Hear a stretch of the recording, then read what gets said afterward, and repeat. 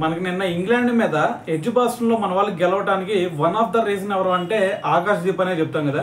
So ఎందుకంటే అతను ఏకంగా 10 వికెట్స్ తీసుకున్నాడు.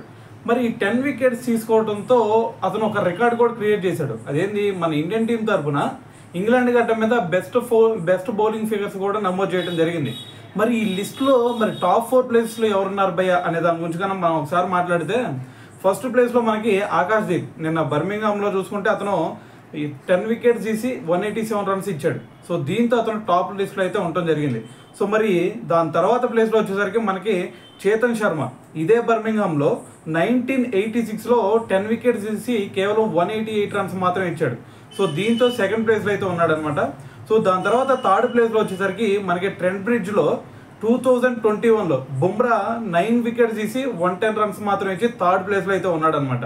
సో మరి ఫోర్త్ ప్లేస్లో వచ్చేసరికి మరి ట్రెంట్ బ్రిడ్జ్లో జహీర్ ఖాన్ 2007లో 9 వికెట్స్ తీసి 134 రన్స్ ఇచ్చి సో ఈ లిస్ట్లో ఫోర్త్ ప్లేస్లో అయితే ఉన్నాడు అనమాట.